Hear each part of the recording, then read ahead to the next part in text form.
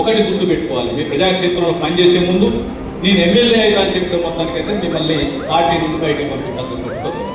MLA కోరిక వద్దు, మీరు కష్టపడండి, పార్టీ ఏం చేయాలో మేము చేస్తాం అంతే తప్ప. ఎందుకంటే ఇక్కడ ఇన్ఛార్జీ ఉంది, మనంతా కూడా సింగిల్ లైన్ అడ్మినిస్ట్రేషన్.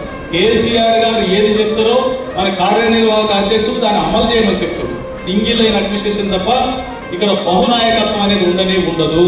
ఇక్కడ ఆల్రెడీ ఇన్ఛార్జి ఉన్నాడు కాబట్టి ఇన్ఛార్జిని కాదని నేను ఎమ్మెల్యే అయితే చెప్పి నువ్వు గ్రూపులు కడితే మొత్తానికి కుదరదు. నీకున్నటువంటి అవకాశం మేరకు నీకున్నటువంటి ప్రోటోకాల్ ప్రకారం, పార్టీ ప్రోటోకాల్ ప్రకారం మీరు కదలండి, గ్రామాలలో పోండి, గ్రామాలలో మీరు ఏదైతే ప్రజలకు సహాయం చేస్తారో, ఏదైతే వారికి చైతన్యం చేయడానికి ముందుకు పోతే కార్యక్రమాలు చేసుకుంటూ పోతే అప్పుడు వచ్చినటువంటి పరిస్థితులను బట్టి మీకు 100% న్యాయం జరుగుతుంది తప్ప కావాలని చెప్పి డిస్టర్బెన్స్ ఎవరు చేసినా కానీ అధిష్టానాన్ని కాదని ఎవరైనా పార్టీలను దాటితే సస్పెండ్ చేయడానికి, క్రమశిక్షణ చర్యలు తీసుకోవడానికి ఎక్కడ కూడా పార్టీ వెనకాడదు.